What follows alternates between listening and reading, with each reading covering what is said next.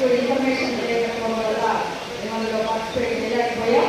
అయితే మాకున్నటువంటి కొన్ని అభిప్రాయాలని కావచ్చు, వాళ్ళ దగ్గర విషయాల గురించి కానీ మనం మాట్లాడుతున్నాం. వీటితో పాటుగా సమతాలు మాత్రమే మాత్రమే మనం చెప్పారు కోర్టు వాళ్ళే దాన్ని కూడా ఇంప్లిమెంట్ చేసేటువంటి విధంగా మనం పనిచేయాలని చెప్పారు. ప్రతి ప్లేస్లో ప్రతి దగ్గర కూడా టాయిలెట్ కావచ్చు, మంచినీళ్ళు కావచ్చు, రెస్ట్ ప్లేస్. రాష్ట్ర వార్షిక సభలు ఈరోజు అనంతపురంలో ఈరోజు జరుగుతున్నాయి. ఈ 17వ వార్షిక సభలు. ఈ సభల్లో పాల్గొనడానికి ఆంధ్రప్రదేశ్లో ఉంటున్న 26 జిల్లాల నుంచి కూడా ప్రతినిధులు వచ్చారు.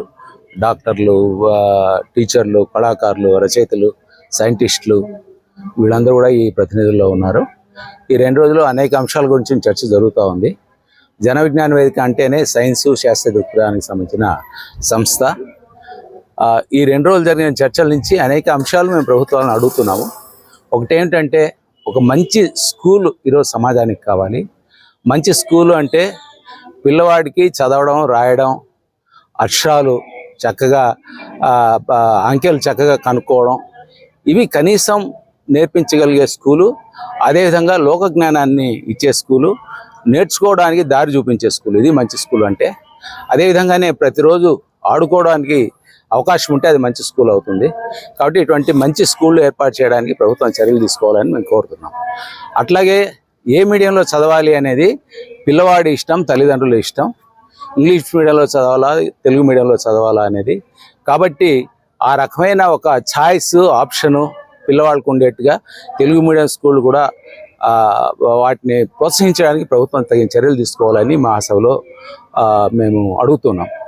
అట్లాగే ఆరోగ్యం గురించి కూడా ఈరోజు ఆంధ్రప్రదేశ్లో ఎటువంటి ఆరోగ్యం ఉండాలి అనేది ఒక పెద్ద చర్చ జరగాలి. ఎందుకంటే ఒకవైపున ఆరోగ్యశ్రీ పేరుతో ప్రభుత్వ నిధులు ప్రైవేట్ ఆసుపత్రులకు ఇస్తున్నారు.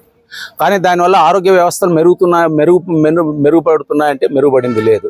కాబట్టి ఇటువంటి పరిస్థితుల్లో ఎటువంటి ఆరోగ్య వ్యవస్థలు మన రాష్ట్రంలో ఉండాలి. ఆరోగ్యశ్రీని కూడా ప్రైవేట్ ఇన్సూరెన్స్ను దాంట్లో తీసుకురావడానికి ఒక ప్రయత్నం జరుగుతూ ఉంది.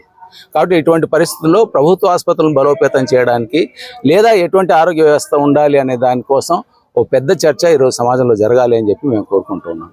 అట్లాగే పర్యావరణానికి సంబంధించిన అనేక సమస్యలు ఉన్నాయి. అట్లాగే మూఢనమ్మకాలు ఈరోజు సైన్స్ ఒకవైపు పెరుగుతుంటే మూఢనమ్మకాలు ఇంకోవైపు పెరుగుతున్నాయి. ఈ మూఢనమ్మకాలను నిరోధించడానికి చాలామంది ప్రాణాలు కోల్పోతున్నారు, చాలామంది ఆరోగ్యాలు కోల్పోతున్నారు, డబ్బు కోల్పోతున్నారు. కాబట్టి మూఢనమ్మకాలను నిరోధించడానికి ఒక చట్టం అవసరం అని చెప్పి జన విజ్ఞాన ఈ వార్షిక మహాసభలో అభిప్రాయపడింది. దానికోసం రాబోయే రోజుల్లో పెద్ద ఎత్తున ఉద్యమాలు చేయాలని కూడా జన విజ్ఞాన వేదిక భావిస్తున్నది.